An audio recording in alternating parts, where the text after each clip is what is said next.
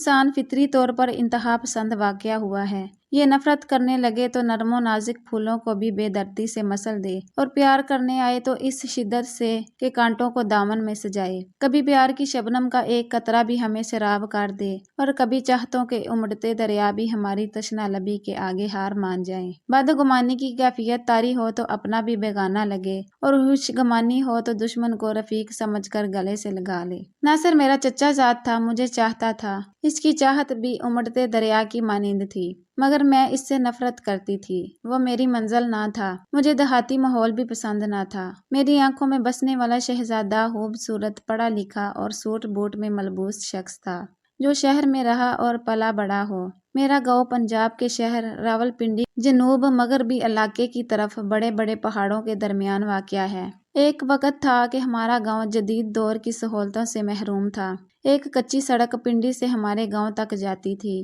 اس route پر صرف 2 بسیں چلا کرتی تھی۔ گاؤں میں ایک مڈل اسکول تھا، جہاں لڑکے اور لڑکیاں اکٹھے پڑھتے تھے۔ بجلی نہ تھی، اسپتال کی کمی بھی شدت سے محسوس ہوتی تھی۔ ہمارے گاؤں کے کئی لوگ بروقت طبی امداد نہ ملنے کی وجہ سے موت کے منہ میں چلے جاتے تھے۔ ناصر اور میں اکٹھے ہی گاؤں کے اسکول میں پڑھتے تھے۔ ناصر کے والد میرے ابا جان سے بڑے تھے۔ گاؤں میں ہماری جائیداد سب سے زیادہ تھی۔ میرے چچا اور والد دونوں بھائی مل کر زمینداری کرتے تھے۔ آپس میں اتفاق اور محبت مسالی تھی۔ ناصر اور میں ہم عمر تھے۔ قدرت نے مجھے بے حد حسن سے نوازا تھا، جبکہ ناصر شکل و صورت کے لحاظ سے بہت پیچھے تھا۔ لگتا تھا وہ ہمارے خاندان کا فرد ہی نہیں ہے۔ اس کا سیاہ رنگ اور پکا چہرہ مجھے بالکل نہیں بھاتا تھا۔ میں بچپن ہی سے اسے ناپسند کرتی تھی۔ بدصورت ہونے کے باوجود وہ کلاس کا ہونہار طالب علم تھا۔ اساتذہ اسے بہت چاہتے تھے، مگر میں ہر معاملے میں اسے نیچا ہی دکھانے کی کوشش کرتی تھی۔ مڈل کا امتحان ناصر نے فرسٹ ڈویژن میں پاس کیا، جبکہ میں بمشکل پاس ہوئی۔ اس کے بعد حالات نے اجازت نہ دی تو ناصر نے تعلیمی سلسلہ ختم کر کے زمینداری میں باپ اور چچا کا ہاتھ بٹانا شروع کر دیا، جبکہ میں گھر کی ہو کر رہ گئی۔ کچھ عرصے بعد جب مجھے علم ہوا کہ میری اور ناصر کی نسبت بچپن میں ہی طے ہو گئی تھی تو میں تڑپ اٹھی۔ میں کسی صورت میں بھی ناصر کی ہمسفر نہیں بننا چاہتی تھی، مگر اب انکار کرنا بھی میرے اختیار میں نہ تھا۔ پھر بھی میں نے اپنی ماں کو بتا دیا کہ میں ناصر کو ناپسند کرتی ہوں، اس لیے میں اس سے شادی نہیں کروں گی۔ ماں نے میری بات سنی تو پریشان کن لہجے میں بولی، سلمہ بیٹی، ناصر جیسا بھی ہے تمہیں اس سے شادی کرنی ہی ہوگی۔ تم دونوں کی نسبت بچپن میں ہی طے پا گئی تھی۔ ہمارے خاندان کی یہ روایت رہی ہے کہ جو رشتہ ایک بار طے ہو جائے وہ ٹوٹا نہیں کرتا۔ اس لیے تم سب کچھ بھول جاؤ اور ناصر کے سوا کسی کے بارے میں نہ سوچو۔ مجبوراً مجھے خاموش ہو جانا پڑا، لیکن میں نے یہ عہد کر رکھا تھا کہ کچھ بھی ہو جائے میں ناصر سے شادی نہیں کروں گی، خواہ اس کے لیے میری جان ہی کیوں نہ چلی جائے۔ ناصر ہمارے گھر آتا رہتا تھا، مگر میں اس سے بات کرنا بھی گوارا نہ کرتی تھی۔ مجھے اس کی شکل سے بھی نفرت تھی۔ ناصر بھی بخوبی جانتا تھا کہ میں اسے ناپسند کرتی ہوں، مگر اس کے باوجود میں نے اس کی آنکھوں میں اپنے لیے محبت کے دیپ جلتے دیکھے تھے۔ گاؤں کے لوگ ناصر کے کردار کی بہت تعریفیں کرتے تھے۔ وہ گاؤں کے لوگوں کے دکھ درد میں شریک ہوتا اور غریبوں کی بے لوث مدد کرتا تھا۔ میں کسی کی زبان سے اس کی تعریف سنتی تو میرے اندر ایک آگ سی لگ جاتی۔ میں جی بھر کر اس کی برائی کرتی اور دل کی بڑاس نکال لیتی۔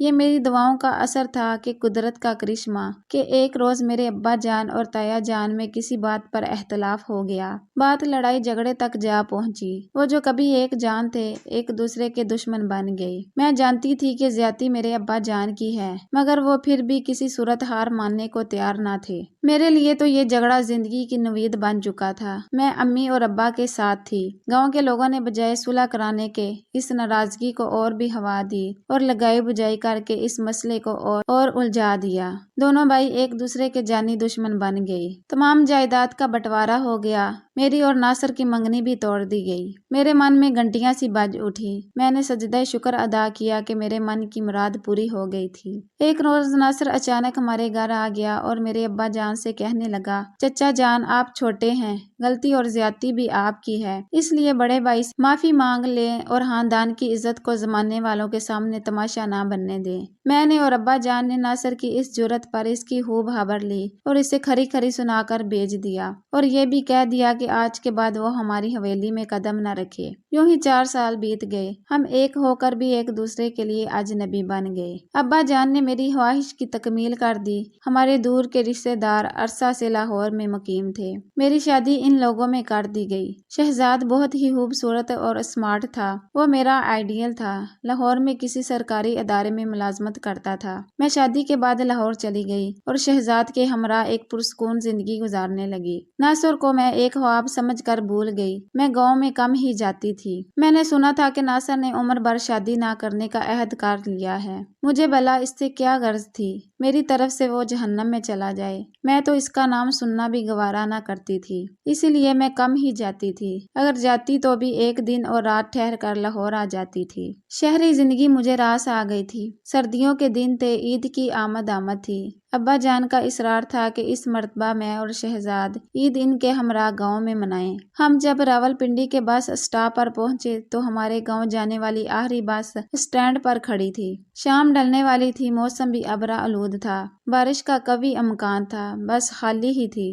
میں اور شہزاد فرنٹ سیٹ پر بیٹھ گئے۔ آہستہ آہستہ مسافر آتے گئے۔ بس جب چلی تو اس میں تل دھرنے کو جگہ نہ تھی۔ بس میں مسافروں میں واحد عورت تھی۔ کئی لوگ بس کے اندر کھڑے تھے اور کئی چھت پر بیٹھے تھے۔ بس آہستہ آہستہ چلتی ہوئی شہری حدود سے باہر نکلی اور گاؤں جانے والی کچی سڑک پر آ گئی۔ اس سڑک پر روشنی کا کوئی انتظام نہ تھا کیونکہ اس دور میں اس علاقے میں بجلی ہی نہ تھی۔ ابھی بس نے 10-12 میل کا سفر طے کیا ہوگا کہ بس ایک جھٹکے سے رک گئی اور ڈرائیور نے انجن بھی بند کر ڈالا۔ شہزاد نے تجسس بھری نظروں سے ڈرائیور کی طرف دیکھا کہ اس نے گاڑی کیوں بند کر دی ہے۔ اتنے میں ایک مضبوط اور لمبے قد کا شخص چہرہ نقاب میں چھپائے ڈرائیور کے پیچھے والی سیٹ سے اٹھ کھڑا ہوا۔ اس کے ہاتھ میں ریوالور لہرا رہا تھا۔ وہ بہت ہی غضبناک لہجے میں بولا، خبردار، اگر تم میں سے کسی نے ہلنے یا گڑبڑ کرنے کی کوشش کی تو بھون کر رکھ دوں گا۔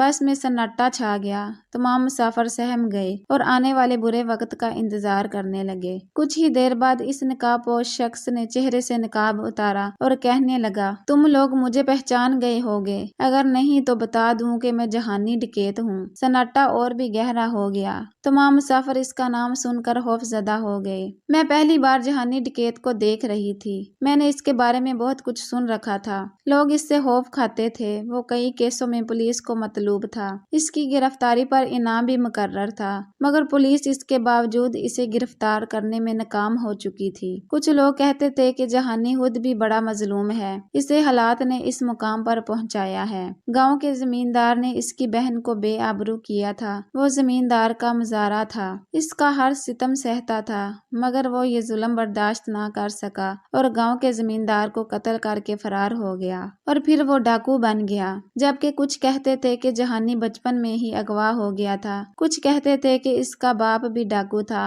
اور یہ سب کچھ اسے ورثے میں ملا ہے۔ نہ جانے اس میں کیا حقیقت تھی، مگر اس وقت ہم سب کو ان باتوں سے کوئی غرض نہ تھی، بلکہ ہر ایک کو اپنی اپنی جان بچانے کی فکر پڑی تھی۔ چند لمحے اس نے پوری بس کے مسافروں کا جائزہ لیا اور پھر وہ میری طرف بڑھا اور میرا ہاتھ برقعے میں سے کھینچ کر پکڑ لیا اور کہنے لگا، چلو میرے ساتھ۔ شہزاد بھلا یہ کیسے برداشت کر سکتا کہ کوئی اس کی آنکھوں کے سامنے اس کی عزت پر ہاتھ ڈالے۔ وہ شہری بابو ہونے کے باوجود اپنی سیٹ سے اٹھ کھڑا ہوا اور جہانی سے الجھ پڑا۔ ذلیل انسان، شرم نہیں آتی تمہیں؟ کیا گھر میں تمہاری ماں بہنیں نہیں ہیں؟ یہ کہہ کر شہزاد نے میرا ہاتھ جہانی کی گرفت سے آزاد کرا لیا۔ میں نے جہانی کو برا بھلا کہنا شروع کر دیا۔ غصے میں میرا جسم تھر تھر کانپ رہا تھا، مگر جہانی پر کسی بات کا اثر نہ ہو رہا تھا۔ اس نے پھر میرا بازو پکڑ لیا۔ شہزاد کا غصہ آسمان کو چھونے لگا۔ اس نے ایک بھرپور تھپڑ جہانی کے چہرے پر جڑ دیا، جس کی آواز تمام مسافروں نے سنی۔ جہانی کی برداشت کی حد ختم ہو گئی۔ اس نے میرا بازو چھوڑ دیا اور شہزاد کو گھسیٹ کر بس سے باہر لے گیا اور اسے بے دردی سے مارنے لگا۔ میں نے کافی شور مچایا، مگر کسی نے بھی میری آہ و فریاد نہ سنی۔ سب انجان بن کر ایک انسان کی بے بسی اور ایک درندے کے وحشیانہ پن کا تماشا دیکھتے رہے۔ شہزاد جہانی کی مار کھا کر بے ہوش ہو کر زمین پر گر پڑا۔ جہانی پھر بس کے اندر آ گیا اور مجھے بھی گھسیٹتا ہوا باہر لے گیا۔ میں نے بہت واویلا کیا، مگر کوئی بھی میری مدد کو نہ آیا۔ سب بزدل تماشائی بنے بیٹھے رہے۔ میں نے روتے ہوئے جہانی کو خدا اور رسول کے واسطے دیے اور کہا میں اس کی بیٹیوں کی طرح ہوں، وہ مجھ پر رحم کرے اور مجھے چھوڑ دے۔ مگر جہانی پر میری آہ و زاری کا کوئی اثر نہ ہوا۔ اس کا تو ضمیر ہی مر چکا تھا۔ مسافروں میں سے کسی میں اتنی ہمت اور جرأت نہ تھی کہ آگے بڑھ کر جہانی کا راستہ روکتا یا اس ظلم اور زیادتی کے خلاف سینہ تان کر کھڑا ہو جاتا۔ سب کے سب بس کی کھڑکیوں میں سے ایک مجبور اور بے بس عورت کا تماشا دیکھ رہے تھے۔ جہانی مجھے لے کر آگے بڑھنے لگا۔ میں نے مزاحمت کی اور اسے کوسنے لگی۔ پھر میری مزاحمت نے جہانی کے غصے کو اور ہوا دی۔ اس نے میرے شوہر پر گولیاں برسا کر میری آنکھوں کے سامنے ہی مار ڈالا۔ میں لمحوں میں بیوہ ہو گئی۔ میں شہزاد کی لاش سے لپٹ کر رونا چاہتی تھی مگر جہانی نے مجھے ایسا نہ کرنے دیا۔ وہ مجھے گھسیٹ کر آگے لے گیا اور پھر ایک جگہ رک کر بس کے مسافروں کو مخاطب کر کے کہنے لگا، میں اس لڑکی کو لے جا رہا ہوں۔ اگر کسی مائی کے لال میں ہمت ہے تو آ کر اسے بچائے۔ میرا نام جہانی ڈکیت ہے اور جہانی نے کبھی ہارنا نہیں سیکھا۔ یہ کہہ کر جہانی پلٹا۔ میرا ہاتھ اس کی مضبوط گرفت میں تھا۔ میں مسلسل چلا رہی تھی اور حسرت بھری نگاہوں سے مسافروں کی طرف دیکھ رہی تھی کہ شاید کوئی غیرت مند مجھے بچا لے۔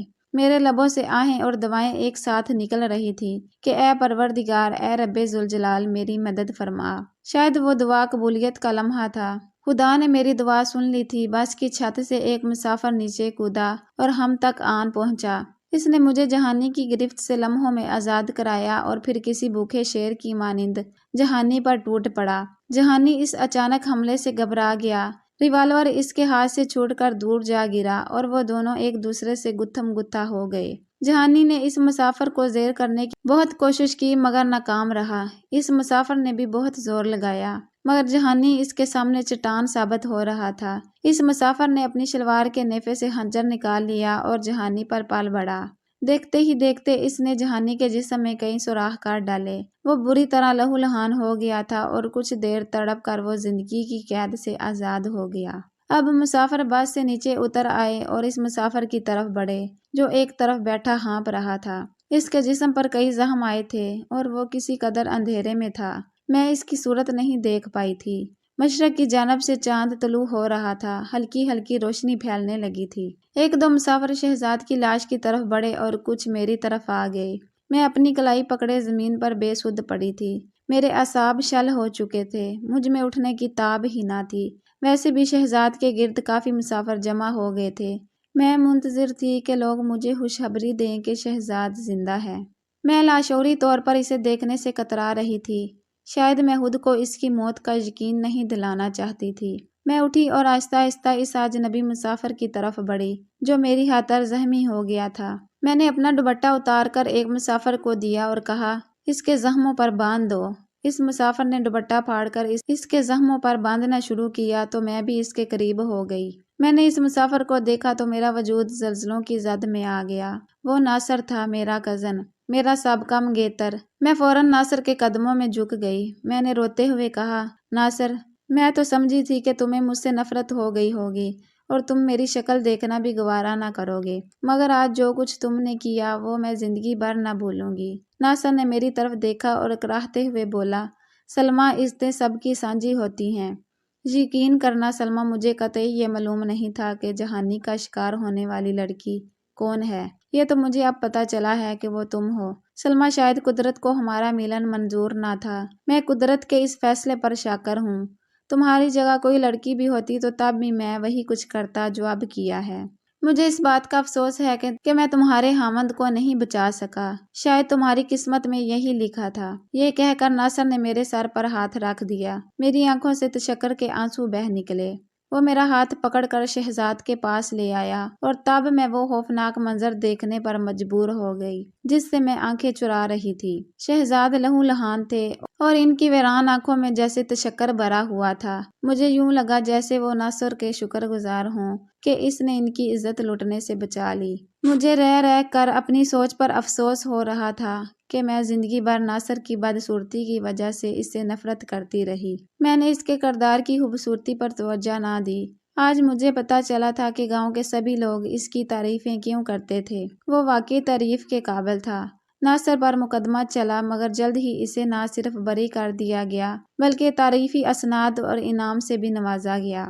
جب ان حالات کا علم میرے والدین کو ہوا تو ان کے سر بھی ناصر کی عظمت کے سامنے جھک گئے۔ میرے ابا جان نے ناصر کے والد سے معافی مانگ لی۔ برسوں بعد بھائیوں میں خود بخود صلح ہو گئی۔ کچھ عرصہ بعد میرے والدین نے خود چاہا کہ میری اور ناصر کی شادی کر دی جائے۔ جب مجھے اور ناصر کو والدین کے فیصلے کا علم ہوا تو ہم دونوں نے ان کا یہ فیصلہ ماننے سے انکار کر دیا، اس لیے کہ میں ناصر کو بھائی بنا چکی تھی۔ میں اس فخر میں رہنا چاہتی تھی کہ ایک غیرت مند بھائی کی بہن ہوں، کیونکہ میرا کوئی بھائی جو نہیں تھا۔